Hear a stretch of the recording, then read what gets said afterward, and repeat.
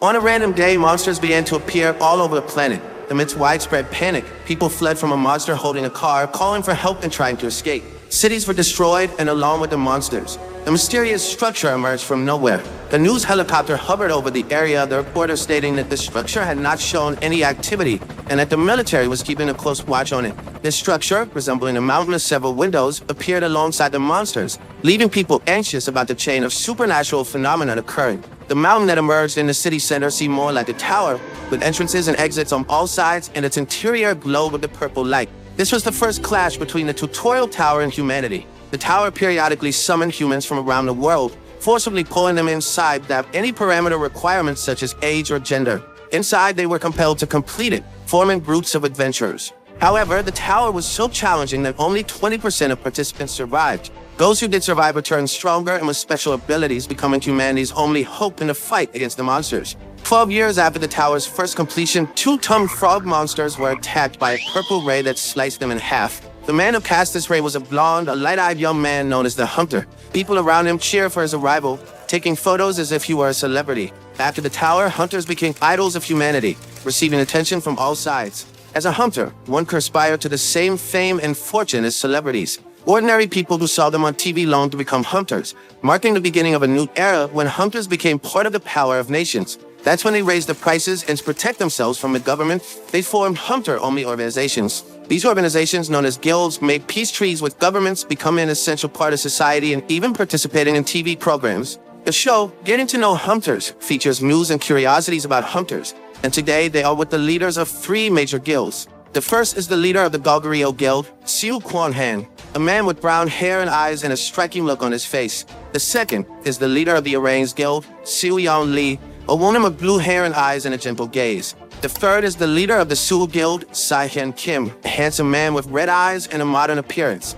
Getting to Know Hunters was developed based on what is popular, and last week, thanks to public support, a viewership rate of 35.7% made it the most popular program. The host asked the participants about an advanced player living in a tutorial. The guild masters are startled, but she continues to inquire if they know who this advanced player is. Kwan-han says that if there are recent reports about him, it seems he has not died and is leading a good life. Yeon Lee says there is no one who does not know who that person is. He was the first player sent to the tower with them, someone who has been trapped inside the tower for 12 years. Gen Kim says it's more like a curse. He can't leave like the other players, endlessly returning to the first floor of the tower, having to start over again. The reporter is impressed with a hunter who has completed the tower repeatedly, commenting that hunters only leave the tower after training all basic skills to the limit, and a man who has completed it repeatedly for 12 years must have become a very powerful hunter. There are rumors that he could complete from the first to the 100th floor in one day. Inside the tower, people run desperately asking for help, wearing armor, bows, and swords, except for one man who wears casual clothes and sandals. People are brutally thrown into the air, falling to the ground shortly after. The man, with an unconcerned look on his face, faces the 10th floor's boss of the tower, the demonic monster with fiery hair and horns protruding from his forehead. Just the head of Balak is the size of the man, showing how large his body is. The man says that if he could leave the tower, he might be placed in rank 8 or higher. People on the internet comment about the advanced player. Some say that it's possible to achieve rank A or S after leaving the tower, but they wonder which tower they need to exit to get that ranking. Rank S is capable of destroying mountains just by using their abilities. The guy comments that he saw the advanced player when he climbed the dungeon on floor 72. 3 werewolves appeared and he continued moving forward, defeating them alone. They also say that he was able to kick a monster from the first floor to the 10th. This man fights against the final boss, kicking his face with a smile. The impact of his kick is so strong that the boss embeds his chin in the ground. He again places his feet on the boss's head and starts shouting, asking who is the boss there. The man with the wicked smile on his face says, worth 10 points. Off the guy worth 12, the subjugation of the boss ends with the last attack being from the sandal. He looks at the boss on the ground disappearing and says he will have to start all over again. In the last 12 years, the time needed to complete the tower has decreased. There are several towers in the world, but all of them have the same theme. Because of this, every time new groups of hunters completed it, easier ways to complete it were spread, allowing people to get better equipment and better strategies to fight the monsters, all of which was passed on to the entire planet. So much so that there are even records of who conquers the tutorial tower the fastest. But the tower is not that easy. An explosion hit several hunters at once. Even though they had refined knowledge on how to conquer the tower, only a few individuals were successful in the conquest. A young man lying on the ground looks fearfully at the monster he is facing. Upon reaching floor 99, many players lost their lives in the fight against the boss. The last test of the tower was brutal. 70 out of 95 people were killed by him. This terrifying existence reaped the lives of more than half of the aspiring hunters. In this same existence takes a flying kick to the head. The participants watched Balak's head fly off the body. The man who did that lands on the ground, with this being 1349 completions of the tower. He stands face to face with the purple portal with roots around it in size. Blinking his eyes open, he is greeted with the message, "Welcome to the tutorial tower," heading for completion number 1350. The man begins to laugh over and over until he falls to the ground. In this vast empty hall, he yells, cursing the tower and pleading to go home. He lies on the floor, still sighing, and opens the status window. A floating screen appears before his eyes. Hyam Woo Kim, 26 years old, has almost all his attributes at the tutorial's limit. 12 years ago, he faced the same boss with a group of hunters. With great effort, they managed to kill the boss and complete the tower, happy that they could return home. In front of the portal, the brute says that if it weren't for him, they would never have completed the tower. He tells them not to lose touch when they go outside. However, when he opens his eyes again, he is greeted with the message, "Welcome to the tutorial tower," and the armor that covered his body also disappeared, and he had to complete it again with other people. A message saying he was cursed by the tower appears in front of him, leaving him annoyed and with his status screen. After trying to deny reality, he went after a cure for his curse, completing the tutorial tower alone several times. He strengthened his body to the limit, able to destroy piles of rocks as if they were nothing. But every time he completed the tower, he returned to the first floor. Nothing worked. Even after trying all possible methods for 5 years, he was unable to find a way out. Already desperate and disillusioned, thinking he would never leave the tower, he began to enjoy it in his own way. He disguises himself and talks to beginners, saying he has a mission for them. This is his act of playing the NPC. Then he plays a military instructor who helps train the hunters. Wearing a cap and military clothes he took from a former military man who became a hunter. However, after a while, he grew tired of keeping in touch with humans, seeing all of them leaving the tower and telling stories of the outside world. He felt bored and sad, having nothing to do for a long time. Now lying on the floor, looking at his attribute window, he notices a change he hasn't seen in a long time. A message saying the loop has been removed appears. He quickly stands up, holding the screen with his hands, disbelieving what he was reading, his eyes shining at that message. He shouts so loudly that it can be heard on the other side of the tower. He prepares and jumps, destroying several floors with a leap in the excitement of going home. We return to the program. The host says that the fastest conquest of the tower was about 10 months. She asks if the 18th group of hunters can beat this record. The guild leaders say it's a difficult answer. The number of hunters is always diverse, and there are various factors that can occur. Depending on the strength of the unit, it is also important to know what kind of attack is best made, and this will depend on the techniques. Besides all this, things start to get truly complicated after 451. Since every 10 floors a high-ranking boss appears, from then on, luck is no longer on your side. In the tower, we see an ogre who is one of these high-ranking bosses, scared by an earthquake that is happening. Rising from the ground in front of him, Wookim appears with wet eyes of rage. He goes through the floors of the tower, exploding it. The explosions are so strong that they can be seen from the outside. Finally reaching floor 99, he faces the boss again. But this time with an unstoppable look on his face and with the excitement that he will finally go home, he hits the boss's chest, killing him instantly. From the outside, it looks like the tower has just faced a war. Explosions, cracks, and fire are seen everywhere. Near the tower, a monitoring base was established by the Korean Hunters Association. Its goal, besides assisting new hunters, is to count how long they take to complete it. The two frightened men look at the portal forming, saying that a new record has emerged while making a call. The man in a suit tells the other to prepare for the arrival of the survivors. However, only one person comes out of the portal, walking calmly. Wickham faces the outside world. Seeing countless buildings on all sides, the only thing he can do is laugh. The man from earlier arrives, congratulating him for successfully leading the tutorial. The protagonist, astonished by the world around him, looks at the man, asking if he really managed to get out of the tower, and with tearful eyes, who screams with happiness. The man looks for his name on the list, but cannot find it among the participants of the 18th group. Going through all the old groups, he arrives at the first tutorial group and finds his name. The man is shocked, looking at him while saying that he is the advanced player Woo Kim, who is still jumping with happiness for having left, does not even hear what he says. The first to be summoned in the tower officially escaped after 12 years. A week later, a crowd of people gather to enter a building. The reporter from Getting to Know Hunters is at the Tutorial Center of Korea, where the hunters of the 18th group will have their first ranking evaluation. The 18th is a special case for having reduced the time of the world record for completing the tower. They attract the attention of the entire world. The reporter says that there is also another rumor circulating, the fact that the advanced player has finally left the tower.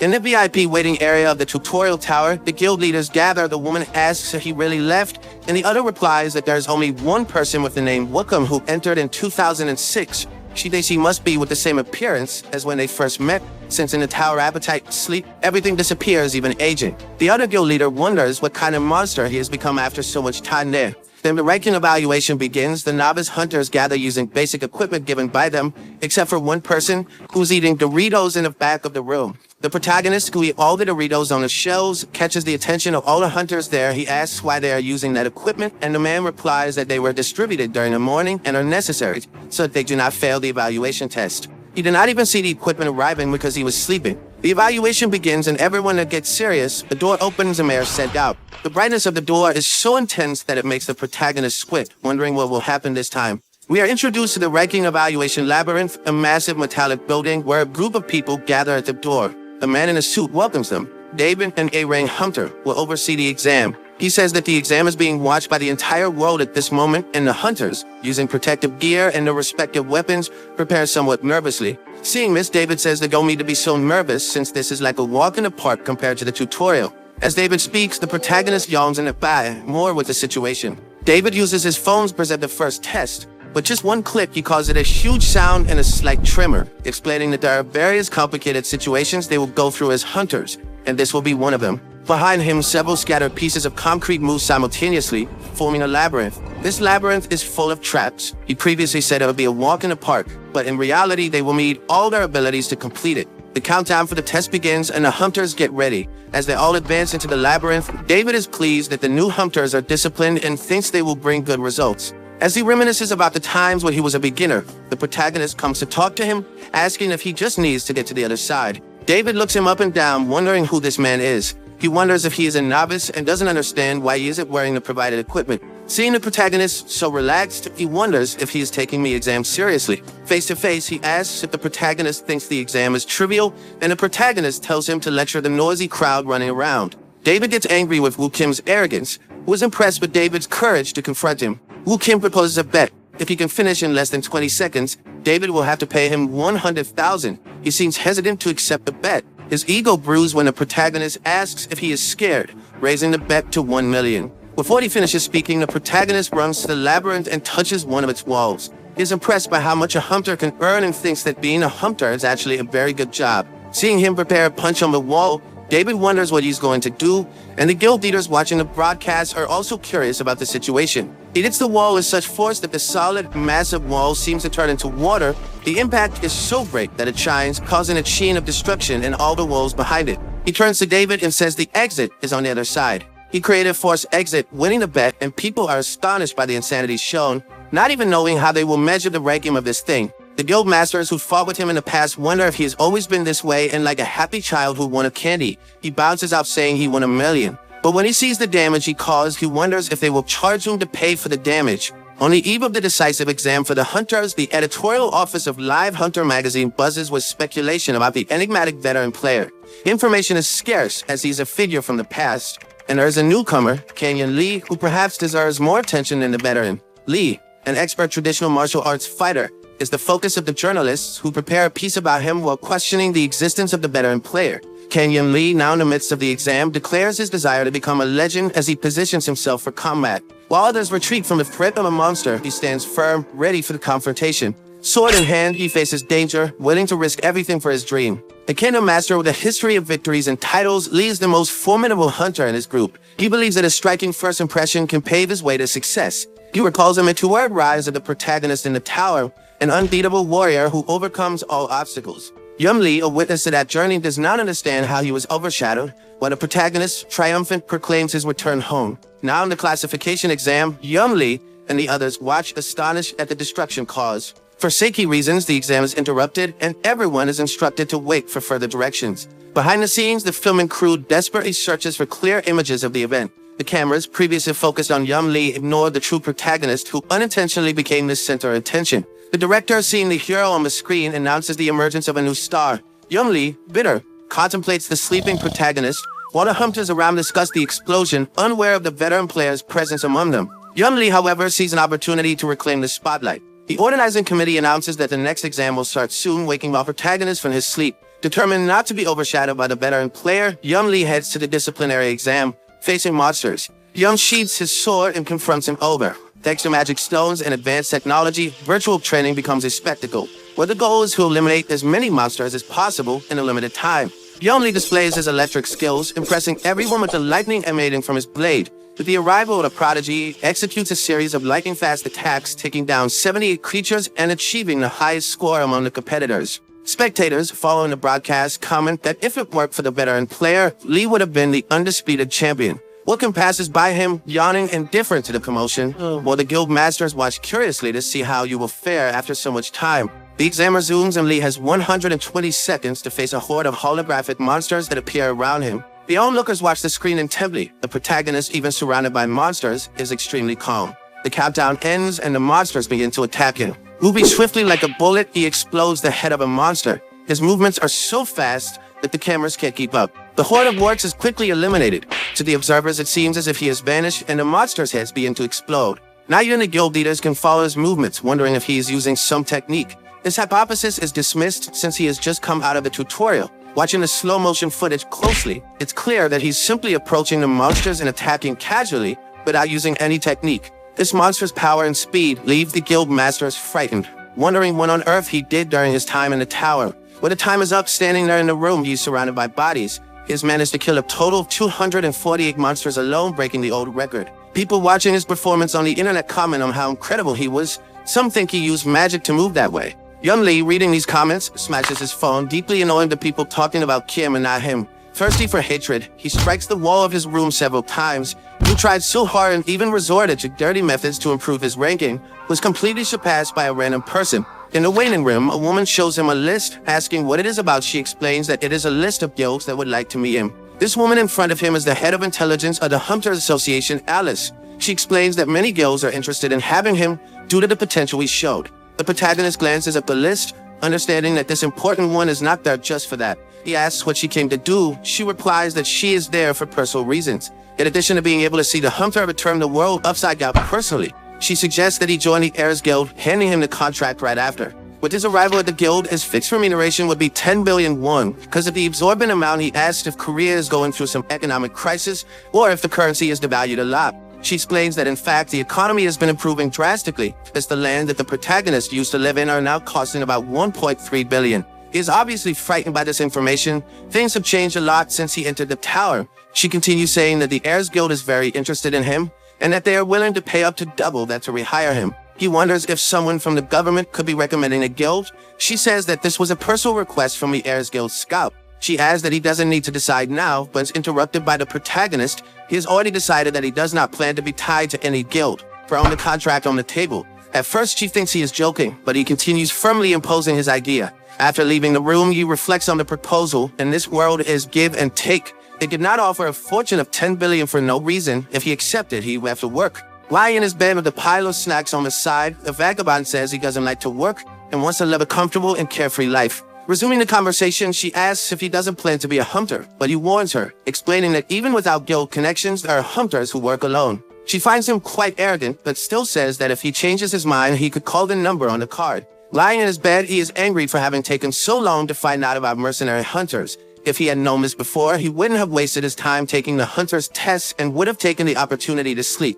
He glances at the list of guilds and recognizes some of the names there. 5 days later, in a Japanese restaurant, he doesn't recognize the people he's talking to. The three masters of Korea's most famous guilds are in front of him. They were his old companions 12 years ago. Silkwon, who was his age before, that's now an old man, the shy boy Siyen, has now turned into a handsome guy, and Suya, who was just a stubborn elementary school student, has practically become another person. He recalls how Siyen used to hide behind him, leaving him quite embarrassed. He also talks about the time Suya wet herself when she saw the Bensi on the 14th floor being threatened with death right there. He's happy to meet his friends again and enjoys his sushi, wondering how he managed to live 12 years without it. They remember the day they captured the Triton, and he kept humming saying he wanted to eat sushi. He even cut its tail off to make sashimi. It's clear that he's always been a lunatic in that tower. His friends, recalling his past, say it has become a habit to hear stories about him inside the tower. Curious, Kim asks about some of these stories, finding out that he's practically a celebrity, and that the things done in the tower are mentioned on TV to this day,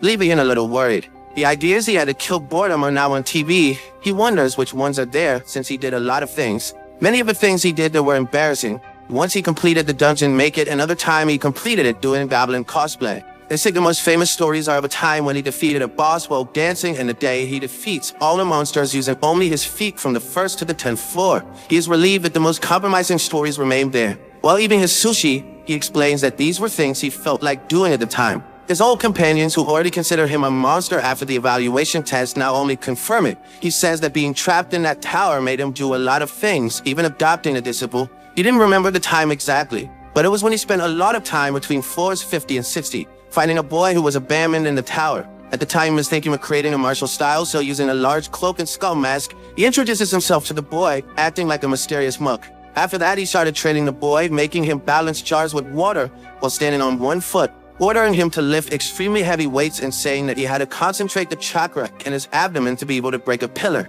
But all was a fraud. The only thing he did was use brute force. Reflecting now, he feels sorry for the boy and is glad he wore a mask, definitely not wanting to meet him. He asks how things were in the outside world, and they continue the long conversation. Returning home, lying in his bed, he opens the status window again, no longer finding the message of the tutorial limit reached. His age has also returned to 24, as if he really lost 12 years of his life. His goal now is just to get a good amount of money and live a peaceful and quiet life until he dies. But even though many messages have disappeared, one continued, the one that says the infinite cycle has been removed. Opening the message, he discovers a quest, ordering him to kill 3 bosses from these respective dungeons. At the same time, he is called from outside his room. Opening the door, the doorman says that some people from the Heirs Guild have come to visit him. The protagonist said he is not interested, but the doorman insists. Seeing that they won't stop until it's made extremely clear that he doesn't want to join, he follows the guard to where the recruiter is waiting. There, sitting on the sofa, a man in a suit. The guard behind him waits. Kim is direct to the point, saying that he made it extremely clear that he didn't want to join a guild.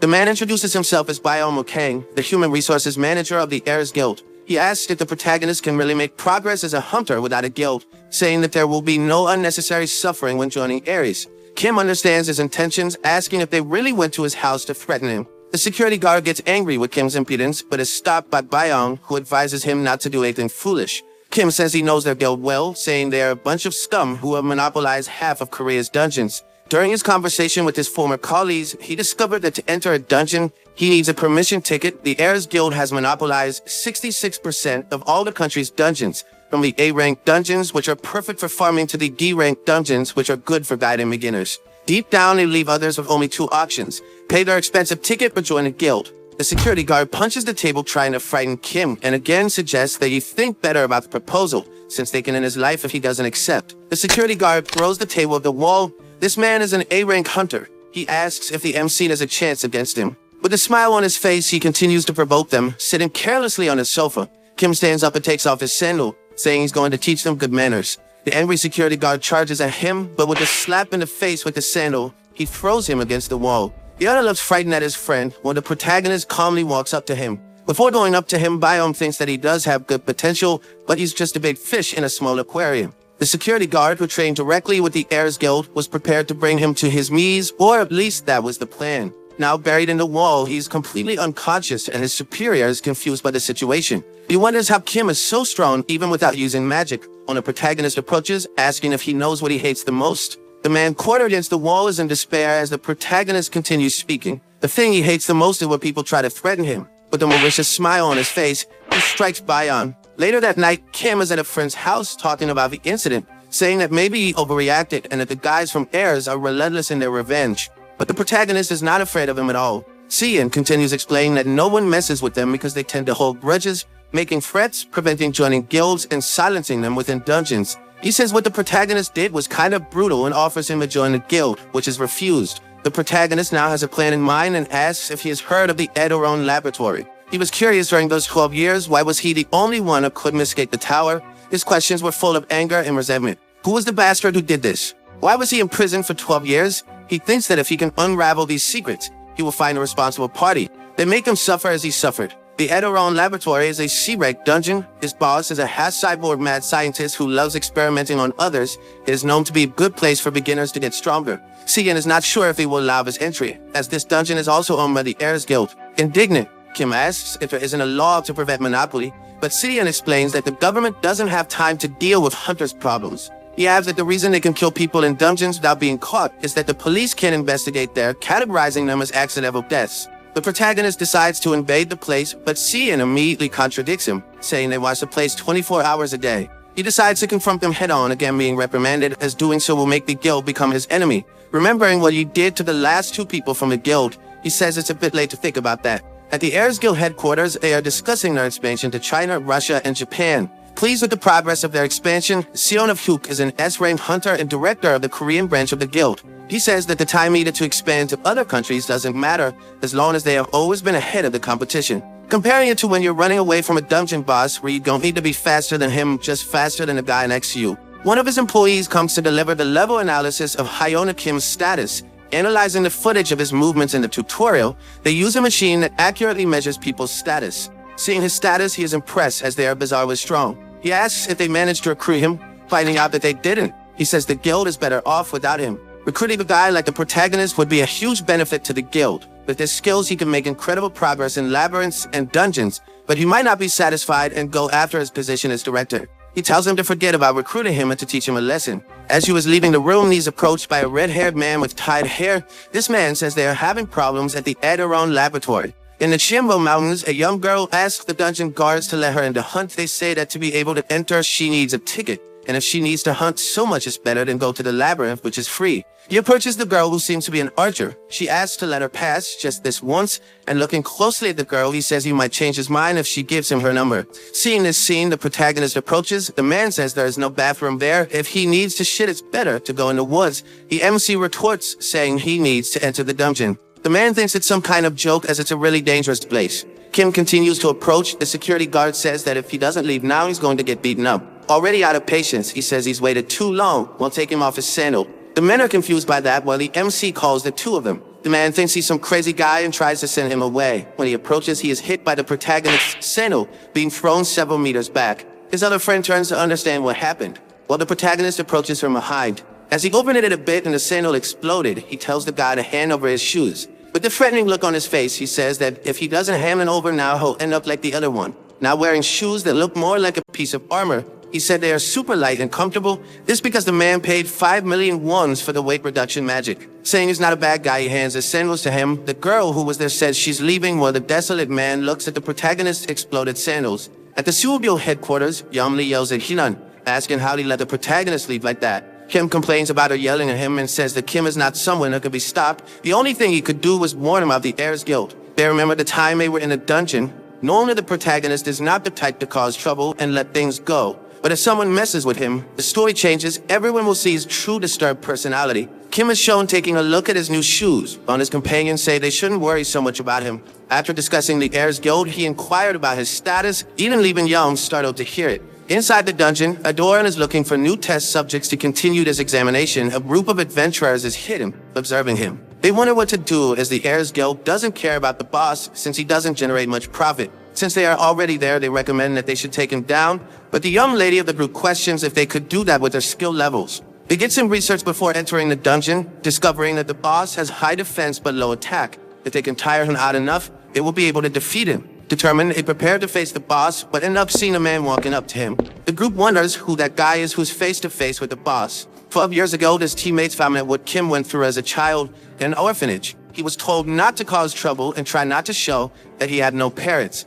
After his parents died, his cousin put him in an orphanage and stole his inheritance, perhaps having lost his faith in humanity. Even though he is usually fine, if someone tries to control or pressure him, he will not be able to hold back his wicked grudge. The giant half-cyborg monster wonders what to experiment with first. While making sparks with his blades, the protagonist tells him to stop, but he continues laughing at the situation, wondering why he should stop. With just one kick, he destroys the boss's body, leaving everyone shocked by that. Looking at his status window again now, one of the missions is complete, the next one being in the forest village. The group of adventurers recognizes him. He is the #1 topic in the hunter community, the advanced player. In the basement of the Heirs Guild, the lackey of the guild boss is talking to Chinon Mayon, the guild's management chief, showing him the protagonist's evaluation, leaving him impressed that someone who just came out of the tutorial has 2 B-rank attributes. Mayon says he is practically a monster and asks if they want him to take care of this guy. They already know that the protagonist invaded one of their dungeons and comments that it must have been humiliating for the director.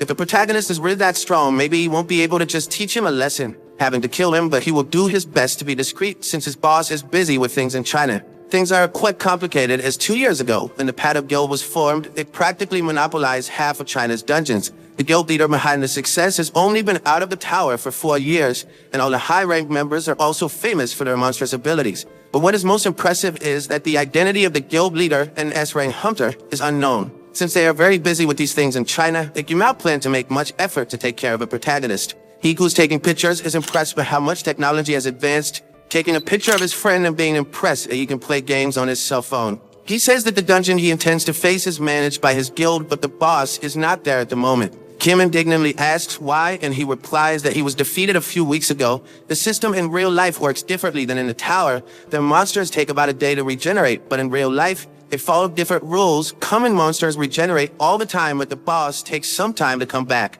The protagonist is scared, thinking he will have to wait a whole month to be able to defeat him, but is reassured with the news that there are only 2 or 3 days left for the respawn. He asks when he is going to register his ranking at the Hunters Association, since with that ranking you will get some advantages with sponsors and money. When he talks about money, the protagonist gets excited, asking how much he can earn. He explains that it depends on the rank. For example, B ranks can earn up to 1.3 million, while higher ranks can earn much more. He himself earns 7 million wons. The next day, Hayono goes to the Hunters Association with Cien. The man at the reception asks if he is there to register, asking the protagonist's name. As soon as he finds out that he is the guy who escaped after 12 years, he remembers that Buddha was looking for him, finding him quite arrogant for a rookie. He hopes his score will be at most B rank. He hands a box to the protagonist, the Eye of Truth. It will measure his status grade and show it in a hologram next to him. When Hayono holds the box and the hologram appears, the man looks shocked at the status shown there. He screams, saying it doesn't make sense for him to have those statuses, and again we see news of Hayono spreading.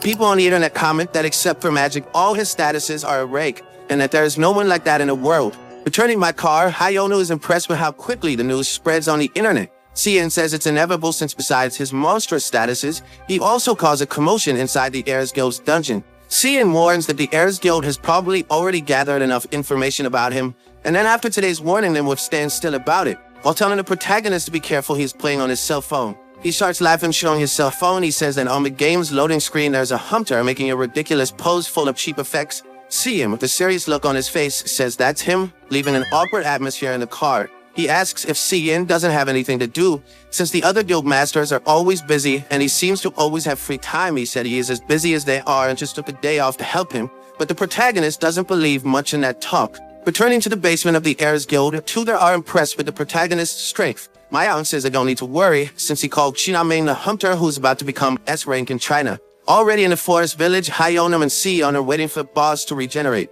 As they go deeper into the forest, a man a few meters away watches them with a smile on his face. The protagonist asks who the guy walking with them is. Cien explains that he's an assistant to gather materials. The protagonist doesn't quite understand what materials these are, but Cien explains that the materials dropped by the boss could be sold for 20 or 35 million wons. The protagonist, startled, asks what someone would use those materials for. Cien understands that someone dressed like him would hardly understand their use, as they are used to make weapons and armor. The assistant asks to record the raid, explaining that money can be made from streaming, and Hayono, the top-notch mercenary, wants to earn 80% of the profit. They continue walking deeper into the forest. Cien hands him a map, saying that further into the forest, it becomes a labyrinth. The protagonist, having no idea how to read the map, throws it away as he approaches a large tree. He turns to the assistant and tells him to record well as he prepares to punch it. His punch is so powerful that it destroys a large part of the forest, creating a path to the boss, a two-headed ogre. The assistant is impressed by Hayono's abilities, recording and following him to the boss. With a leap, the protagonist reaches the boss's height, dodging his attack and climbing onto his shoulder. He kicks the boss, making him fall, and climbs on top of him. Under the moonlight in a few seconds, he eliminated a dungeon boss. While the assistant is happy that his video will go viral, the man in the tree watches them with a malevolent smile on his face. This man is Chinameng, who is analyzing the protagonist's capabilities, agreeing that he truly lives up to the name of advanced player. His physical statuses are overwhelming without the need for magic or abilities. However, it was quite easy to see how to defeat him. Tomorrow will be the day he invades the swamp, a moment to attack him. The protagonist, already there, feels that something is strange. When he receives a message on his cell phone, it was Suyan who's worried about him. The protagonist continues to advance. He does not fear the Heirs Guild or anything else, since he is strong. The day before, Suyan questions why he wants to enter the territories of the Heirs Guild. He replies that he has some matters to deal with there. She insists, asking what these matters are, but he prefers not to reveal them. She asks if he is doing this just to go against heirs, and he replies that there's a bit of that. Sui sighs. She knows she doesn't need to worry about him since she heard what his abilities are, but she still feels concerned, telling him to avoid encountering the guild members. As the swamp is an A-rank dungeon, Ares must also be waiting to invade it as soon as the boss regenerates. The protagonist looks and thanks her for the advice, but he certainly won't follow it. Already in the dungeon, he encounters one of the guild members who threatens him with his knife. He yells, trying to intimidate, when the protagonist remembers his friend's words. Seeing the man in an attacking position, he asks if they never learn. As soon as he arrives, they start disrespecting him, and they get beaten for not taking him seriously. The protagonist, already tired, says it's always the same thing, irritating the guy who charges at him. An explosion is seen where the protagonist calmly walks away. Walking on the soft ground of the swamp, he is observed by a monster in the water, which as soon as it detects that he has come close enough, goes after him. In front of him, a crocodile over 20 meters long. He is impressed by its size. Remembering his friend's words, he knows its hide is strong and resistant, and that its teeth are worth a lot of money. The protagonist smiles malevolently as he charges at the boss, hitting him squarely. He says he will kill it quickly and loot everything, but is surprised when the monster tries to flee. He holds it by its two tails, not letting it enter the water. The desperate monster hears the protagonist talking about an attack called the giant swing, or being violently spun in the air. He throws it at a mountain, but impressively it survives and comes back to attack him. Seeing the boss's murderous aura, the protagonist asks if he wants to be beaten more while being watched by Chiamgang. The crocodile attacks him. Hayom prepares to finish it off, but his legs are caught by shining chains. Chiamgang, who attacked him unawares since it's time to die, as the boss opens its mouth to attack him. He quickly uses his hands to escape the boss's attack, and when he looks back at his legs, there are shining red chains holding him. Confused and not knowing what it is, Chiamgang on top of a rock says it's called magic chains and is perfect to use on someone like him who has no magic. Sitting on the ground, the protagonist asks who he is, and the man comes down from the rock introducing himself. He was sent by the Heirs Guild to deal with him personally. The protagonist, dirty with earth, says he is an assassin from a guild. While he confirms it, he says he was impressed with his brute strength since he managed to throw the crocodile with extreme ease. He is aware of how powerful he is, but trapped in those chains, he won't be able to move. Hayoma tries to break free but realizes the chains don't move. He explains that these are not ordinary chains but magical chains, meaning that to escape, he has to use magic. This plan was specifically developed for him, who just came out of the tower and has no magic. Hayona asks if he's really in trouble, leaving Chiamgang stressed. He says everyone is like that. Once caught off guard, they act as if it's nothing. The protagonist, continuing to act as if it's nothing, leaves him even more pissed off. Drawing his sword and going to attack Hayonu, as soon as his sword makes contact with him, he activates an ability causing a great explosion. He thinks he has managed to kill him. When the smoke clears, Hayonu is perfectly fine, wondering if something was supposed to happen. Leaving him totally scared, the attack had no effect on him. He tries to attack again, but is surprised by a punch, throwing him far away. Hayonu approaches, saying he should have restrained his entire body. The confused man asks how this is possible as the chains dissolve. After that, Hayonu breaks the tree he's tied to and holds it. Since he's an assassin, he knows what's going to happen now as we see the crocodile. He is thrown onto the crocodile, killing it instantly. The mission completion notification appears in front of him, stating that the status window will be updated. Back at the Heirs Guild, Mayon discovers that Xiaoning was killed by the protagonist. The tree he was tied to was already been swallowed by the swamp, not even allowing them to recover the remains. Xiaoming was a hunter with 2 S-rank statuses, along with 7 abilities. Someone so strong lost to Hayonu. Mayon is worried and stressed at the same time, thinking about how he will deal with him. Back home, Hayonu lies on the sofa, thoughtful. He sighs and then opens his status window. New things have been added. He gained the ability to scan statuses and also an invitation from the system to be a temporary guardian. He doesn't understand it very well, but is happy that something has changed. He thought he would complete the mission and receive some information from the tower, but what he received was an invitation that expires in 2 hours. Cian arrives home asking if he has eaten. Hayoma takes the opportunity to check his new ability. Using the status scan, he can check another person's status, but he ends up not seeing much information due to the low level of the ability. He gets angry, saying it's useless, making Cian think it was about him. Sitting on the sofa, he waits for the system to update so he can find out something about the tower. When the clock strikes 12, everything around him goes dark, and he is teleported to a room. In this room, a woman waits for him, sitting at the table in front of him. With the empty look on her face, she greets him, saying she's his assistant Ave. She says that as long as he is alive, they will see each other frequently. The protagonist gets excited, thinking he will finally have some of his questions answered. He will finally understand why he was trapped in the tower. Face to face with Ave, he waits for her to say something. He asks if she's going to give an explanation and ends up discovering that she only answers things. As his first question, he asks who imprisoned him in the tutorial tower, but she cannot answer because his status scan is too low. He is angry because to have his questions answered, he needs to increase his scam level. He continues asking some questions, but she doesn't answer any, leaving him so stressed that he flicks her on the head. Not knowing who she is or why she brought him, she can't even answer his questions. A says there is one thing she can tell him: the guardians of those who defend. He breathes and gives up, asking what information he needs to know. She explains that as he is currently a temporary guardian, when he moves up in rank, he will get more detailed answers to his questions. He asks how to become an official guardian. She replies that in 5 days, a rift will appear in the region where he lives. In its deepest part, you will find a key to increase his scan level. By getting this key, he becomes a true guardian. Back home, he is thoughtful about what happened, thinking he will do everything necessary to get information. The next day, he meets with the guild masters, explaining that a rift will appear. Everyone gathered there is scared by the information, since a rift means imminent disasters. Back at the Heirs Guild headquarters, the director punches the table after hearing the report that one of the company's strongest guys is killed.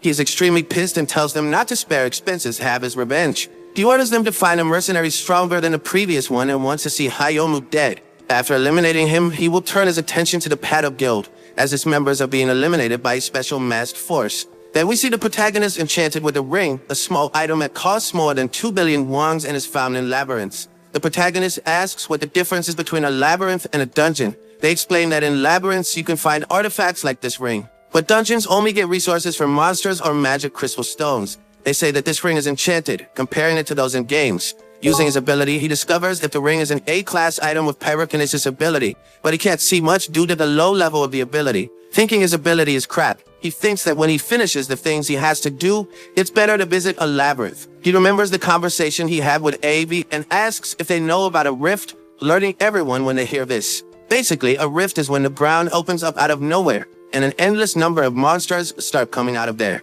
Those who witnessed it personally called it the gates of hell. Ed, who spoke so calmly about it, made the protagonist consider that it was nothing serious, pissing him off with that. He asks what would happen if a rift opened in Korea. Everyone becomes thoughtful, as they would probably be able to stop a low-ranking rift, but it would turn the entire area into a wasteland. Some guilds would try to combat the rift, while the Heirs Guild would likely send a team of nobodies and claim they helped defend against the rift. The protagonist looks at the meat on his plate and tells them to eat plenty and rest well for the coming days, leaving them somewhat confused. A few days later at the airport, some people notice a small earthquake happening. The earthquake intensifies and the ground begins to crack. A red rift slowly starts to open, growing to a huge size. Meanwhile, in a distant castle, a hooded man approaches a huge circular table, saying that the 9th class has awakened. The man seated at that table asks if it has been fully awakened. He explains that not yet, but it will fully awaken soon. The timing couldn't be better. This man with the demonic appearance looks at Hayona, waiting to see what he's capable of. Back at the airport, people are on the ground, frightened by the earthquake. Some manage to stand, but others simply fall to their knees.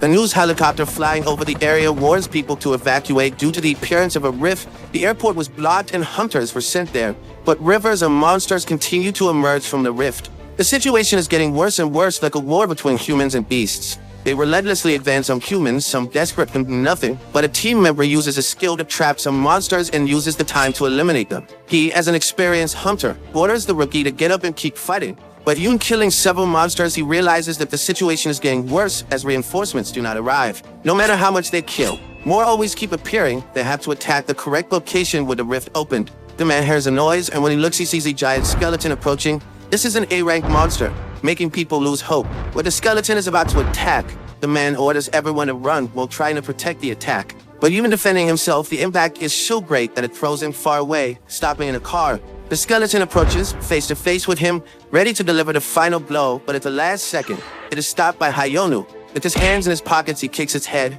breaking it. The people that recognize him, the casual black clothes he wears, immediately identify him. The advanced player from the news is in front of them. Seeing the damage he caused to the skeleton, he opens the status window, realizing he needs to go deeper into the airport to find the key. People approach impressed that he knocked down the skeleton with one blow, but because of the momentary distraction, they are attacked by the order of monsters. Seeing this scene, Hayona thinks he can lend a hand until help arrives. He takes the staff that the giant skeleton used, jumping and spinning a few times in the air, then throws the staff at the pile of monsters that were there, killing several of them. People look at that destruction and feel hope that they can be safe with him. But the protagonist leaves the scene, leaving the rest with them, making them fight and survive until help arrives. Even fighting incessantly, they begin to get tired and the monsters do not end. The general says that if they give up now, it will be a massacre for the people who are outside. In a moment of carelessness, he is attacked from behind, but the monster is killed in a single sword blow. The leader of the Sioux Guild arrives to help. This time with his sword and samurai clothes, he's prepared and with all the members in his guild. The noise from the other side of a pile of cars catches his attention. The dead monster falls next to them. Sue-in, along with the members of her guild, appears, and a little later Seok-won also arrives. With all the guilds present, he thinks he is finally safe. Sue-in asks about Hyonu, who should have arrived first than them. The man says that the advanced player has just entered the rift, an attitude that his friends already expected due to his impatience. Now all gathered, they begin to counterattack against the monsters. Seok-won uses a skill to strengthen his shield. Taking the lead of the artillery, he advances to the herd of monsters, eliminating several of them. Seihan, using fast and precise movements, also fights against the monsters, while Soo-yeon, who uses lightning magic, throws energy spheres that explode in a burst of light, burning the monsters. Hyonu is observing the abyss. According to what Ave said, he needs to reach the deepest part. He sees that there's a path that the monsters used to climb, and looking around a bit, he finds a car. An idea comes to his head. He rips the doors off the car and uses them as two shields, jumping into the horde of monsters. The goblin is passing by, tries to warn his companions, but it's no use. The real monster lands in the middle of the horde, leaving them scared. Like a buffalo, he advances down the path, throwing the monsters in all directions. Some fall back into the abyss, making him realize that it's not so far to get down there. He throws the car doors he was holding and jumps into the abyss, landing on a pile of monsters. Reaching the bottom of the rift, he sees a red monster approaching. It looks different from the others, stronger and with crystals scattered over its body. The Crimson Climber is a monster that holds the key the protagonist needs. He immediately advances to take it from him, throwing a punch towards the monster, who manages to dodge and counterattack, throwing him far away. The startled protagonist has no time to think as the monster advances on him. Hyonu manages to dodge and counterattack with a kick and a punch to his face, knocking the monster to the ground. It says some things while pointing at the protagonist, who doesn't understand and continues to go after it. The monster manages to stop his punch with one hand, attacking right after, and in this battle, the protagonist is clearly struggling to face the enemy. Noticing a cut on his belly, you wonders if he should use that ability,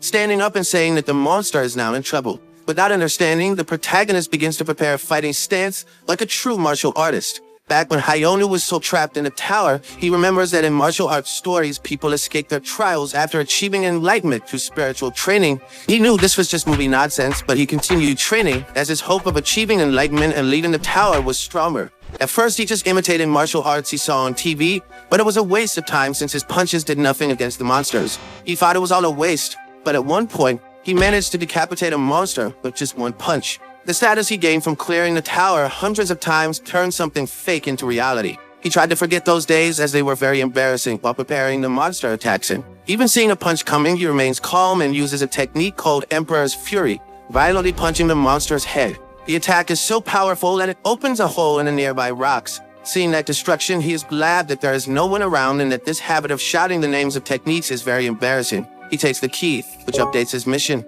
In 3 days, he will meet Ave again, and he thinks it's better that she has answers to give this time. He observes a small drone flying over his head, his footage being shown on a big screen at the Heirs Guild. They are shocked by this display of power. The boss asks if he is really an rake. His assistant says these are the official results from the Hunters Association. The boss asks if this looks like a rake. Even with his underdeveloped magic, not using items or armor and wearing sportswear, he managed to demonstrate frightening feats. The boss asks if you got the information. He thinks that even all this brute force has its limit and orders to prepare completely to eliminate him. The next day at the Hunters Association, several reporters photographed the guild leaders and the protagonist. They are receiving recognition for their efforts against the rift. While everyone is in suits, the protagonist is casually wearing his sportswear while being filmed by the raid assistant in the forest. He is quite pleased that many people are watching his live stream. Comments keep coming up and the protagonist is awarded. A man who seems to be from the army looks him up and down, analyzing his clothes. He asks if he needs to bring new clothes for him, but is answered with petulance by the protagonist, leaving him deeply irritated. After receiving his awards, he asks if he can leave, but before they can answer, he runs to the exit. His friends present there are no longer impressed by these things, as the protagonist is someone who does not adhere to the shackles of society. We are shown the castle of the guild paid in China. A woman in a large hot water bathtub watches the TV, seeing the footage of the protagonist fighting the Crimson Monster. She observes his positions and movements, startled, getting out of the pool and quickly asking what his name is. Her assistant says he is Hunter Hyonu, who just came out of the tutorial. She orders to find out everything about him from his past to the present. While the assistant agrees, a man wearing a wet kimono enters the room. He greets her and says he brings news regarding the subjugation of the Wayang Guild. Not even looking at him, she asks what the information is. It seems they managed to take control of all the dungeons in the southern region, but an executive is captured by the Heirs Guild. While drying off, she says that if an executive fell into the hands of inferiors, he doesn't even deserve to be in the guild. She ties her hair and says it's embarrassing they are not managing to capitalize on all the guilds in their own territory. While looking at the protagonist on the screen with a look of love,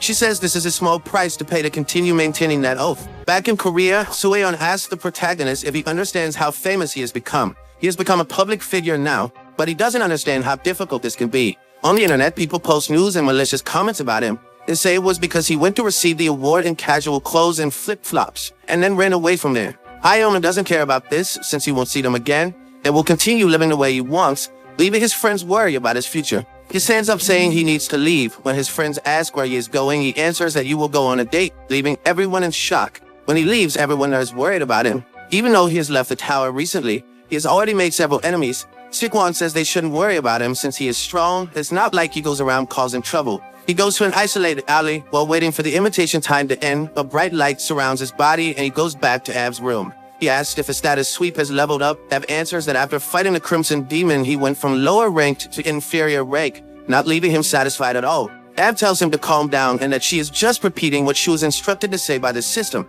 She says that the information he can access is practically the same, leaving him very irritated. But now that he has become an official guardian, she can share the tasks he must complete, and once he has completed them, you will be able to find out everything you want. Now that he has become a guardian, his role is to stop all climbers who ascend the tower. He says he was trapped in the tower for 12 years and never saw one of them, but is corrected, being told that it's not the tutorial tower being referred to, but the tower that consists of 12 layers, of which the earth is one. What he has to protect is the 9th layer, the earth. Hyona just wanted to know who imprisoned him in the tower, and now he has become a protector of the earth. All these things are too complicated for someone who just wanted to live in peace and quiet. Ao says that if he doesn't stop the climbers, the 9th layer will be destroyed, which means the end of his life and his friends. He is outraged at not having choices and just having to shut up and obey. Ad tries to ease the situation by saying it's not quite like that, making the protagonist even angrier because she can't give a good reason. Ave, who has the prestigious title of administrator of the new system, is being too soft on him. She calls his name, changing her tone of voice to a serious one. However, the protagonist responds even more seriously, making Eve realize that this approach won't work. She changes her tone, explaining that the fact that they chose him to be a guardian was for his own good. She also says there will be rewards, which will increase as he kills more climbers. Hyona now speaks in a calm and serene tone of voice. He asks her what level of scan he needs to be to know who were the creators of the tower and locked him inside. Ab again says that his scan level has to be higher to have access to that information. He asks how many climbers he needs to kill to level up, but Ave says there isn't an exact number since they also have levels. To get the information he wants, he needs to kill 5 high-ranked climbers. The Crimson Demon he faced before was probably a low-ranking climber, making him understand how this system works. Returning to his home, he is in a library, observing his status window. The only new message there is that he will receive a notification when a climber appears. All this nonsense that the earth is inside a tower, and that he needs to be the savior of humanity, all this is very complicated. So to simplify things, what he has to do is beat up some monsters until he can find out who imprisoned him inside the tower. While thinking about this, he receives a call from Sueon. When he answers, she says he's in serious trouble and to look at the news immediately. When he turns on the TV, he is faced with presenters talking about the murder he committed on a member of the Heirs Guild. The protagonist goes to Sukwon Han's house. The phones won't stop ringing, but he is calmly lying on the sofa. Sueon says he was already famous as soon as he left the tutorial tower. After clearing the rift alone, his popularity only rose. But now with murder accusations, other countries may start paying attention to him. He asks why they are so worried. Sueon, blazing with anger, asks how they wouldn't be worried. He's looking at her and a strange feeling passes through his mind as if he's being scolded by his wife, but he's never been married or had a girlfriend, so he asks if Sueon likes him. She breathes but can't control her anger, activating her lightning ability. She asks if he thinks she's joking, and if he says one more thing like that, she'll fry him. Sian arrives showing his cell phone, several missed calls from reporters, and he's also the #1 topic on Twitter. Sikwon says this isn't the first time this has happened, and Sian reads some of the articles about them. The articles, besides talking about him, are trying to ruin the reputation of the other guilds, but the protagonist seems not to care so much about it, which even impresses them for his lack of concern. Sikwon recommends just turning off the cell phone like him and says the press conference starts in 30 minutes. The other two, who didn't know about the press conference, ask if he planned anything. They even think he intends to beat up all the journalists and declare war against the Heirs Guild. The protagonist is disappointed by the way they think he will act, while someone allows a situation. At the Heirs Guild, the director asks if everything is going according to plan. Yu replies yes and explains the whole situation. Judging by public opinion, it will be very difficult for him to get out of this. The director is satisfied. thinking that whoever strikes first wins the fight, as it's too late to make amends. He plans to stay one step ahead of Hayonu, finishing him off once and for all. At the press conference, journalists ask if this information is true. Did he really attack the Heirs Guild? The protagonist, seeing all these people taking pictures and recording, says he doesn't know how press conferences really work and will just do it his way. He chooses one of the reporters who asks how he is feeling at the moment. He simply replies that's crap. Another reporter asks if it's true that he murdered a member of the Heirs Guild, and he honestly replies yes, leaving the people there shocked. He adds that he doesn't know why Heirs is treating him this way. He only refused their proposal once and have already gone so far. Displaying a video of his encounter with the assassin, people are dumbfounded by the twists in the situation and continue watching the video. The entire conversation he had with the assassin is being shown to the media. They question where this was recorded, and he says it was in the swamp dungeon, where he went to defeat the boss. People still don't believe it, saying the recordings could have been altered. But knowing this, he takes out his cell phone from his pocket. This cell phone belongs to the guy who tried to kill him. He doesn't know exactly what content is on it since it's locked, but he'll find out when he takes it to the police. He adds that as a rookie who just came out of the tower, the only thing he could do was defend himself. He says the assassin was killed by the mega crocodile in an ambush. People there start writing down what he said and sharing it on the internet. He leaves the lecture irritated that he has to do so many boring things. Now the game against the Heirs Guild has turned. The protagonist who is being accused is now applauded, while the Heirs Guild is accused of lying. In the office, the director is furious about how he turned the game around with simple audio recordings. He underestimated him, thinking he was all muscle and no brain, but he won't let it end like this. In a restaurant, his friends are impressed with his meticulousness. They didn't expect he would manage to get a recording. He even grabbed the assassin's cell phone. But the protagonist says the cell phone wasn't the assassin's. In fact, he just picked it up randomly in the room. They question if the other things are also lies, but he corrects them, saying the recording is true. Since they kept saying that Heirs was dangerous, he was recording audio all the time. But he didn't imagine they would be as useful as they are now. They say that if the police get this cell phone and investigate, he will be discovered. But he explains that probably the guys from Heirs will pay him a visit, and then he will simply tell him to get lost in his own way. The Heirs Guild is based in the USA. They are one of the largest guilds in the world and have headquarters in various locations, but apparently, no other country is granted as many dungeons as Korea. Whether it's a bad plan or a proposal, it doesn't matter to him. They have a lot to lose in this fight, but he doesn't. Sometime later in a parking lot, Hayama tells Sien to go home alone because he needs to take a walk. He goes to an alley and realizes he's being followed by several people. He knew something like this would happen if he was alone, but didn't expect it to be so fast. One of the men approaches and says someone is looking for him and that he should follow him. The protagonist says he doesn't want to, and the man responds that he will take him by force. Hayonu is impressed with their courage as he picks vegetables from the ground. The ninja gets angry at his impudence and attacks him, using magic in his two hands, but this attack is easily stopped using the cabbages. After seeing the boss being thrown away, all the ninjas attack him at the same time using all kinds of abilities. But none of their attacks are strong enough to penetrate his skin. As the elevator begins to descend and the henchmen become worried about who might be coming. The elevator explodes with a bright flash and the protagonist's guide is thrown through the door. Seeing the explosion, the henchman prepares to stop the intruder. Now our protagonist appears walking through the smoke. Hayan taunts them, saying that this place is showing that they had a lot of money. One of the henchmen draws his sword while questioning who he was and how he managed to enter the base. Our protagonist introduces himself as the Reaper who came to end them while purging them. At the same time, in a nearby room, a girl was tied up with energy ropes and covered in marks. Siem questions if she wouldn't like to start talking since her guild had abandoned her. The girl simply looks at him seriously without saying anything while Siem tells her to stop resisting. He mentions that she can share the guild's internal information to be freed. Even so, she continues to just observe him without changing her expression or saying anything. This irritates Sien, who orders his henchman to take her for another session. But one of the henchmen mentions that she might not survive their tactics, asking if he was sure about this. Sien ignores the warning, saying that even though he doesn't believe she will say anything, they must do everything to force her to talk. He accepts the order and approaches the girl to take her away. At that moment, a loud noise comes from behind the door, followed by a bread explosion.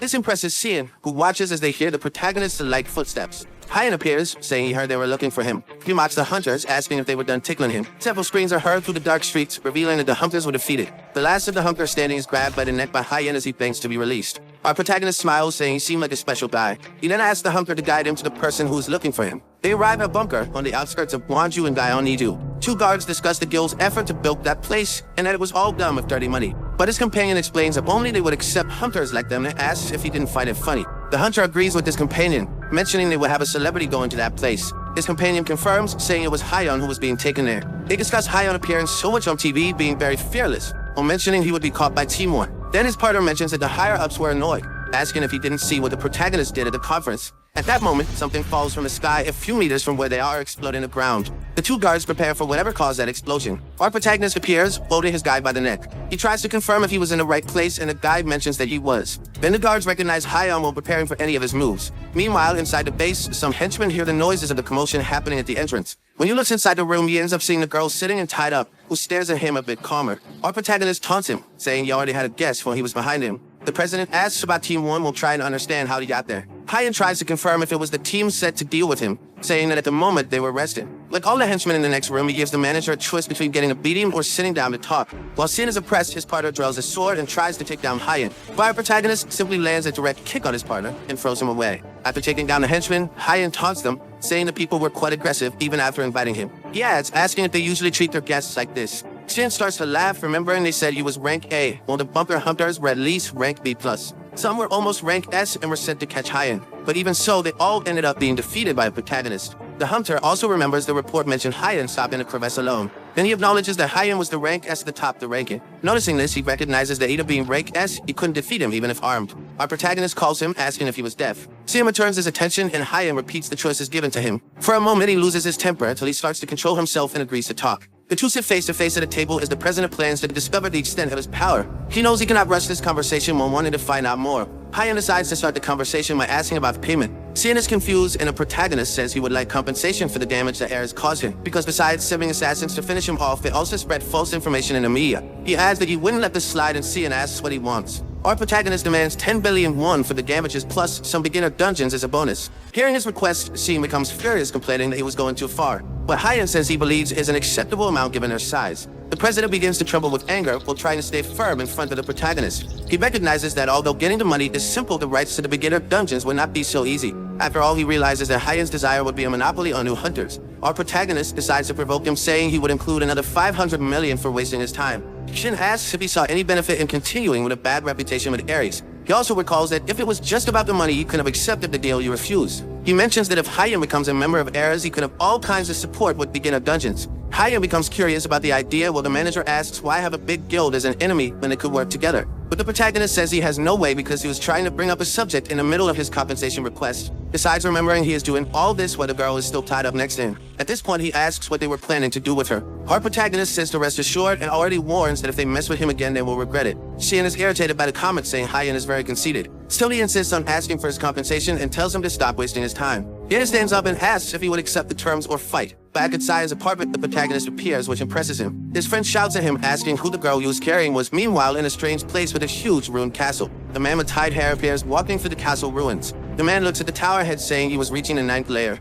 Back inside his apartment, his friend explains what happened and how he managed to rescue the girl. City-On remembers how powerful Seen is and Hyeon says he can handle things if he's afraid. He asks why his friend brought the girl there. Our protagonist explains that he wanted a guarantee and was curious about some things which confuses Seon. But Hyeon asks not to worry as it is something personal. This still leaves Seon worried and he decides to go after dungeon spoils as there are many bosses. Hyeon observes the girl lying down and notices her tattoo on her shoulder. Slowly, he begins to notice that she reminded him of something. Despite the boy bull forcing him to abandon himself, he still remembered the skull mask he was obsessed with. He wonders if it's just a coincidence that this girl had a tattoo like that mask. The protagonist opens the status window and discovers the girl's information Honglin, except for her skills. He discovers that she has nothing special in her status. When he realizes he couldn't remember the girl, he decides it would be better to ask her directly when she wakes up. At this moment, Hyeon receives a notice about a climber starting to climb to the 9th layer. Because of this, he ends up being summoned to the tower in a few seconds. Hyeon receives the information and is paralyzed trying to understand. Upon arriving at the AV location, he complains about being called in such a hurry. Ignoring his comment, the director warns that he is coming. This leaves the protagonist confused, wanting to know who he is. She explains it would be the next climber with a more worried tone. Our protagonist asks what kind of person he is and when he should appear. The director opens her alert window and starts to speak the information, but at that moment, Hyeon punches her head, complaining that she wouldn't say anything if not for the alert window. AV reminds him that it is not her fault as his status authority is very low, as she had mentioned many times. Hyeon complains that the notification is useless, asking why he was called there. She explains that she has a favor asking, which leaves the protagonist confused. The director explains that this climber would be different from the others and the guardian would need to prepare in advance. Our protagonist questions what he needs to do, and the director explains that he needs to awaken his mana as soon as possible or he will be in danger. This excites Hyeon, imagining that he's of a high level, and AV says that just awakening mana would be useless if he were. Because if he were such a high level, could mean the total destruction of the world. She says the protagonist would not be able to handle this crisis without magic. Hyeon asks if she's not sure where it will happen and if it could become a crevasse. The director explains that crevices may or may not happen, so she did not know the possibilities. All she knows is that a climber depends on his skills and achievements. With this, Hyan understands that an intermediate-level climber would be arriving, and the problem would be the lack of information. He gets irritated with the situation and raises his fist, which worries AV, asking him to stop hitting her head. AV says that he was raised very poorly, asking if his parents didn't teach him not to hit a cute girl like her. But Hyan explains that his parents died when he was very young in a car accident, so he doesn't know them well. Then AV says up to apologize to him for saying that. Our protagonist reassures her, saying that he doesn't care much about it and doesn't need an apology. Upon hearing this response from him, AV recognizes that Hyan is truly a kind person. Back at the guild base, the protagonist complains if there is not something wrong with her method, believing it to be a fraud. He recalls being told that he would feel the mana flow very quickly. Sueon asks him to be careful and not erase the magic circle, because it costs 5 billion won. Hyan complains that it would be nice if he could do it on his own, but Sueon explains that she has never heard of a hunter awakening mana without the help of a mage. She also says that her help is necessary to concentrate his mana, and it would be the only way to release his mana. Our protagonist asks if using a mana potion wouldn't solve it, and his partner begins to lose patience. At that moment, the protagonist's friend arrives asking what they were doing, because it was the 4th day of training and it showed no progress, which irritates Hyan, thinking that he wanted to provoke him. Stan explains that he was there to deliver a message to him. He asks if Hyan created a guild because they received guild creation documents, which impresses him. Sueon is impressed, asking when he did that. Our protagonist explains that since he got some dungeons, he needs to organize everything, and they discuss the guild name. But then he asks if the girl he saved has woken up after all this time. His friend says that she is still unconscious. Hyan asks if she's not in a coma, and Sion explains that the nurse had already said it was due to trauma. With this, the protagonist acknowledges that he needs to continue waiting. However, he gets irritated by sitting in a magic circle for days and not feeling his mana emerge, and saying that he can't tell if it worked. Their partner asks if it wouldn't be better to find someone who can penetrate to the source of Hyan's mana. Seon asks if she was talking about Nakagawa Yasumi, as she confirms. This conversation leaves the protagonist confused, thinking about what this idea would be. They explain that the master of the Japanese guild, Izanami, has an ability that allows her to use the hunter's blood to increase attributes. Hyan gets excited, asking if it wouldn't be easier to do that. But he realizes that you would need to go to Japan to meet Yasumi. This makes him angry, saying that it was annoying while dragging his hand on the floor. Without realizing it, he erases a small part of the magic circle, which leaves Sueon in shock. Because of this, the two try to calm her down while their partner causes a lightning storm. Meanwhile, in front of the intermediate labyrinth of Tsuchinami and Tokyo, screams of despair were heard. Master Yasumi found herself in a dangerous confrontation against a powerful being, with her allies asking for help. An energy blade appears going in her direction, and Yasumi warns her allies to dodge. But they cannot react in time and are affected by the blow. The effect of this is her two allies practically disintegrated while she observes the other allies falling. Yasumi complains about her allies' lack of skill until she notices someone approaching. The climber approaches the kneeling master after dodging his attack. She asks who that powerful being in front of her was. He then explains that despite dodging a blow by luck, he would still answer her question. He just didn't know which name to choose, as he received several names from the hunters. Some called him the Climber, and others the Destroyer, or even Demon and God of Thunder. But he says his favorite name was Chiyama, and with that he strikes Yasumi. With this, Hyan receives an alert that the Climber reached the 9th layer in Sejinami. Upon receiving the alert, he ignores Sueon, almost destroying the place, and asks his friend for a ride. As they head to the airport, Hyan keeps an eye on the news about the Climber case, seeing the chaos being created. He wonders if everything would be okay without having his man awakened. Staeon asks why he wants to go to Japan so suddenly, after all he was complaining about having to make this trip before. Hyan makes an excuse, saying that he had things to resolve in Japan. But his friend asks if he had a passport, which makes the protagonist stare at him silently. He wonders what he could do now, because he needed to go to Japan soon to face the Climber. Sometime later, in the conference room of the Japanese Hunters Association, 4 people are gathered. One of the men at the table asks how Yasuni managed to survive, as she was considered dead in the news. Yasuni explains that she managed to revive thanks to an artifact she possessed. The man asks if Chiyama was really that powerful, and she confirms. He then mentions that the news of an S-rank's death made the hunters afraid to help them. He adds that if even Yasumi couldn't defeat him, the others wouldn't have much chance being in the same rank. They recognized that the Hunters Association was in trouble, and they needed some external help. But meanwhile, casualties continue to occur, with the association unable to do anything about it. But at that moment, the TV shows Hyan in the middle of a place destroyed by Chiyama. Yasumi is impressed when I ask who he is. Hyan approaches Chiyama while he continues observing the protagonist with his sword in hand. He tries to open the status window, only to see that he had no authorization, understanding that it wouldn't work against climbers. With that, he asks if the climber came from a historical oriental drama. As the protagonist asks who he is, Chiyama fires an energy blade at him. The attack collides with something in front of him, and Chiyama notices Hyan emerging behind him, ready to attack.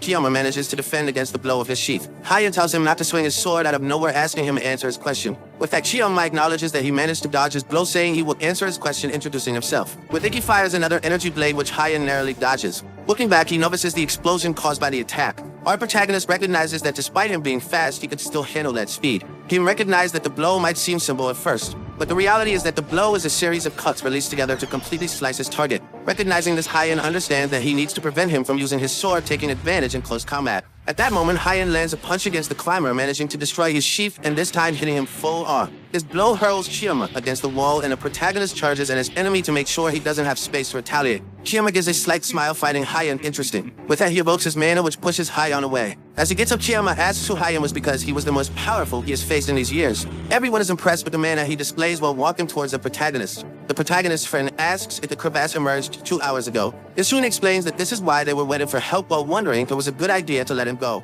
Then CM recalls that his friend just ran off after getting off the plane without saying anything. He wonders why he was so keen to go, thinking that maybe Hyan can predict where and when the crevasse will happen. Meanwhile, Hyan keeps dodging his enemy's attacks, trying to get closer, wondering what that ability is. But Chiyama asks if that really looks like an ability to him. With that, he explains that Hyan will be devastated by the storm of lightning while being torn to pieces by the celestial sword. The climber explains that he doesn't use something like what the people he considers barbarians call an ability. Hyan notices the danger of the blow and realizes he needs to dodge that attack. Despite thinking about stepping back, he notices that it would only give an advantage to his enemy and changes his mind. He grabs Chiyama by his clothes and headbutts him to avoid the blow. This attack leaves the climber dazed while Hyan prepares to strike back.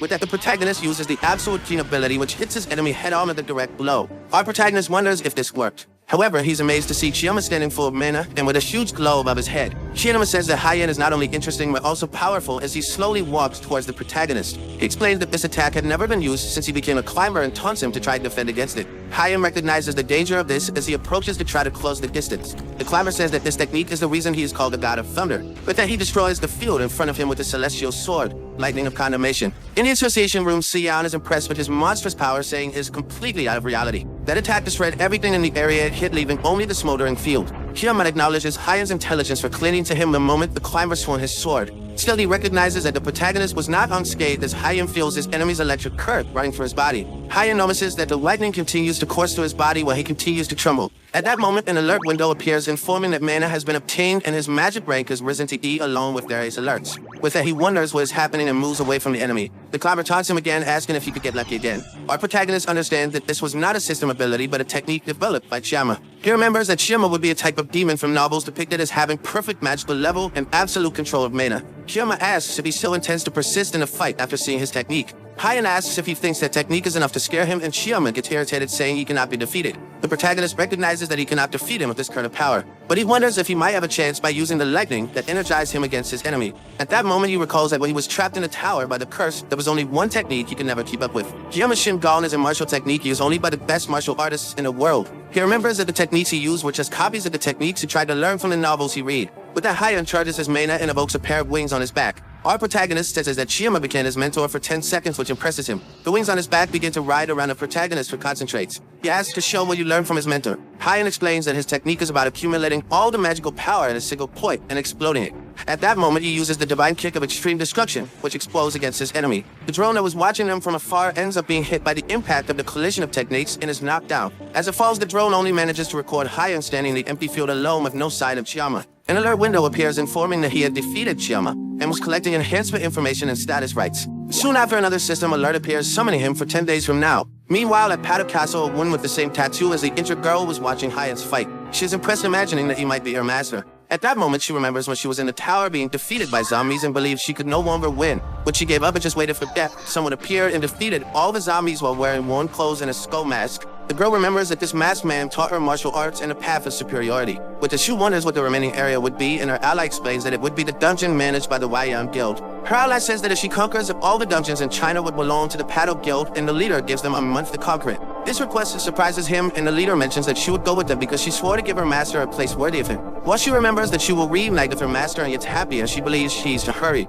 Returning to Korea, Hyan is greeted by an absurd chaos of people wanting to talk to him after seeing the fight. A huge group of journalists bombard them with questions while they keep taking pictures. Hyan tells everyone to stop asking questions while Siam thinks that he also wanted to ask him. Then he throws the responsibility to his friend, saying that he would answer the questions. With that, all the journalists surround Siam while Hyan runs away, making his friend irritated with him. Upon arriving at the guild base, Hyan complains that everyone keeps bombarding him with questions, asking Siam to deal with the situation. But at that moment, he finds the injured girl standing and looking at him. She lowers her head, thanking Hyan for saving her life. Our protagonist remembers Lin's name as he listens to her information. Lin explains that she was an officer of the Paddock Guild who was captured and tortured by heirs after trying to occupy their dungeons. Hyan takes the opportunity to ask about the tattoo she had on her shoulder. The girl explains that it is a symbol of the paddle officers, and that the master said that this tattoo means that only the sky is above us. But the protagonist doesn't quite understand, and Lin just repeats that it was what the master said while doing the tattoo. She remembers the master telling Lin that she was above everyone and that everything else should be under her feet. When she tries to complete her story, Hyein gets irritated and puts a stop to it.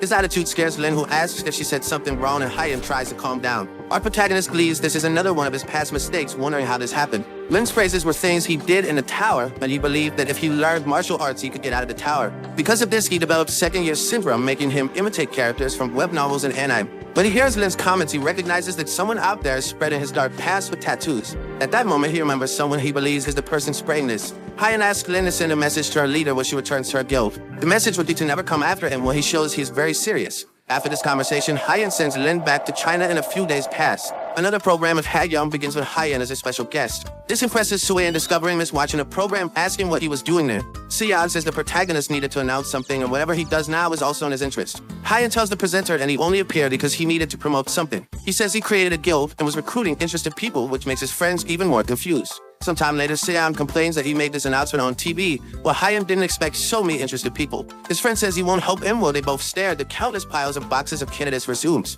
With that, the protagonist makes a deal with his friends to help him in exchange for being able to use the beginner dungeons sometimes. Sikwon recognizes that only Hyein could call powerful guild leaders to help him with this. He asks if the protagonist wouldn't get bored having to take care of so many things, but Hyein responds only that he wanted to make money. Hyein explains that he made a lot of money with the passes in the dungeons, and now having his own, he can earn even more. His friend asks if he hasn't made enough, and Suyeon says it must be related to some childhood poverty trauma. In the middle of the reviews, they reject a hunter who complains about being inexperienced for AC. But Hyein just says he looked at the resume and didn't like what he saw before expelling him from the room. At that moment, the candidates notice who was the person rejected and start wondering what the requirements to be accepted are. Meanwhile, Hyein observes his status, saying that despite not having a problem with his rank T status, he had a selfish personality. Our protagonist recognizes that despite complaining about the skills he received at the beginning, the new skill is very good. He remembers talking to AB, who thanks him for defeating the climber Chiyama. With that, she explains that she would enhance his skills, and Hyein wonders what she meant by that. AB says she would add an option to the authority or status skills, as well as improve the alert system. Hyein doesn't understand what personality check would be asking what this enhancement would be for, but he begins to realize the usefulness of this skill during the candidate's interviews.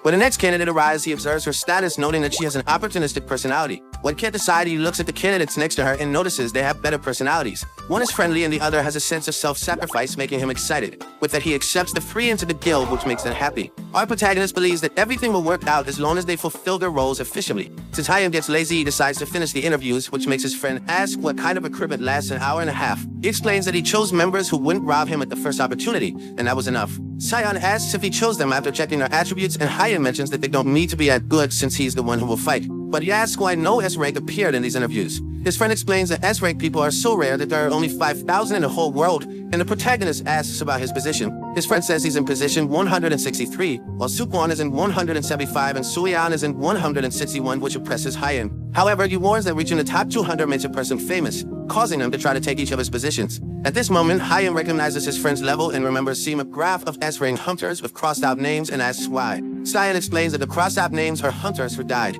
Our protagonist asks how so many are dying, and his friend explains that they are trying to get an artifact to achieve ST+ grade. It turns out that hunters can only increase their attributes up to 3 grades above what they achieved when they finished the tower. However, they can surpass this limit as they acquire an ST+ grade artifact located in the deepest parts of the labyrinth. Hyein understands that the labyrinth works like a cemetery for S-rank hunters, but Sinayan explains that there are those who steal from other hunters who manage to get these artifacts. With this scheme, hunter assassins emerge who end up being expelled from the ranking, having their names removed from the official list. The protagonist asks if the assassins who attacked him were examples of them, and Sion confirms. He acknowledges that heirs likes to play dirty against others, until they reach one of the 4 initial dungeons that the heirs guild laws called the Barren Swamp. Our protagonist mentions that you will face the boss and take a walk so Sion can leave if he wants. When he remembers that it makes money, he gets excited to enter the dungeon. Upon opening the door, he finds 2 men sitting drinking coffee who are startled to see someone appearing. Then Hyein remembers beating them up before and still provokes them, asking if they didn't get enough of a beating. They apologize while Hyein asks if he can enter the dungeon since he is the new owner of the place. The guard tries to talk about the documents not being finalized while Hyein doesn't care, and he just accepts it.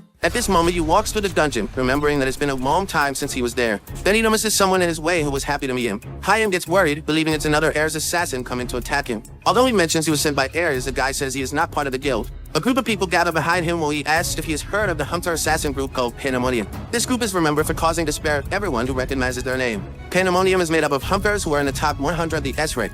As long as they receive a good reward, the members guarantee the completion of the requests, making them considered legends in the community. Rumors say that if you become their target, it's guaranteed you won't survive. But Hyun doesn't care about that and questions the former number 52 Anya's circular, saying that she is an experienced mage. Dana points her staff at him, asking how he doesn't know her even being a hunter. Then Hyun just tells her not to think so highly of herself, which makes her irritated with the protagonist. She starts casting a spell while explaining that it was thanks to her debuffs that the other targets were killed. The mage uses a magic restriction circle against Hyun. With that, several magical bands surround the protagonist to trap him inside the circle. Hyun asks if she can make magic circles, and Enya gets annoyed because he doesn't seem to notice the danger he's in. But the protagonist admits that he knows what's happening and is only asking because he wants to know if she should kill everyone or not. This comment for Hyun makes Enya freeze in fear. At that moment, everyone attacks the protagonist to finish him off quickly. Meanwhile, in the underground city of the YN Guild, an attack happened that caused several victims. A hunter named Lee tries to stay on his feet, while someone says they had higher expectations. The girl in Chinese clothes approaches him slowly, saying she was disappointed, remembering that it was supposed to be key point of the guild. With that, Lee says that although he's finished, his leaders are about to arrive, questioning if she could defeat him alone. The girl shows some interest in what he says and makes him believe there's an opening. At that moment, Lee tries to hit the girl, who dodges without any problem. Lee's impressed, and the girl says that although he's not worthy of her technique, she didn't want to delay meeting her master. Then she uses her extreme sovereign force technique that throws Lee far away. While walking through the wreckage of the base, the girl says it was a lovely day, and she remembers the message her envoy brought from her master. The girl recalls that Lin managed to find him first, which made her happy and resentful, believing her master is waiting. She remembers the message and believes that he doesn't want her to go after him until she fulfills her promise. That's why she must take everything as quickly as possible and build a place worthy of him. Back at the Arranged Guild in the Gyeongju area, Suyeon is impressing Hyun bringing the assassin mage, saying he brought someone to fix the circle. He asks if she could do that, and Anya responds fearfully that she can. The girl asks if, in case she succeeds, he would let her live, and Hyun says he will decide depending on her performance. His friend recognizes Anya, and Hyun notices that Shureta was a very famous mage. With this, Suyeon asks how he ended up bringing her, and the protagonist explains what happened in the dungeon. After the explanation, she's impressed to know that he defeated the assassins of Pandemonium. Then she remembers his attributes and notes that he shouldn't be able to beat them. Hyun just says that his attributes are strange and there's not much he can do. He remembers that it wouldn't help to ask AB because she would probably say his authority is low. Putting attributes aside, Hyun explains that he just needs to scare her a bit so that she works properly. With this, the protagonist remembers how she begged to survive, offering to use her skills to spare her. The protagonist asks if she could fix it without the staff, and she says she can do it without the help of basic skills. With that, he hands her staff and robe, which are S+ ranked, to Suyeon, which impresses her. Then Hyun asks her to take care of Anya, saying he would repay the favor he received. After stopping by a convenience store, he faces a building, saying it's time to thank for the gifts. Upon arriving at the building, the receptionist at the door is startled to see the protagonist standing there. Several security guards approach to expel him, saying it's a restricted area for Ares Guild members. Hyun asks if Seen is around while starting to rummage through his store bag. With that, he pulls out an item with Bat of Justice written on it, saying he brought a gift for him. Then he shows he has a toy hammer, asking if they would want to report after taking a beating. While protagonist hits the guards with the hammer and leaves the others surprised by being destroyed like that. He provokes again, saying they have courage for standing in the way and just watching what was happening. But he adds that they should be ready to be sent to heaven, which scares them. Meanwhile, in the president's office, the phone rings with the guards informing about Hyun trying to enter. All CM does is hear the screams of his guards, making him understand how absurdly powerful Hyun is. With this, he fears the news of the incident spreading and ruining Air's reputation, making him consider calling reinforcements. However, he abandons the idea to avoid being seen as incompetent for not solving the problem. Before he can decide what to do, his door is simply destroyed with a kick from the protagonist. With that, Hyun enters the room with his hammer, saying it has been a while before he's seen it. Guys, that's the end of the video. If you liked this video, please leave a comment in the comment section. Also subscribe to the channel and hit the bell icon. Like the video and share it too. Thank you for watching and see you next time again.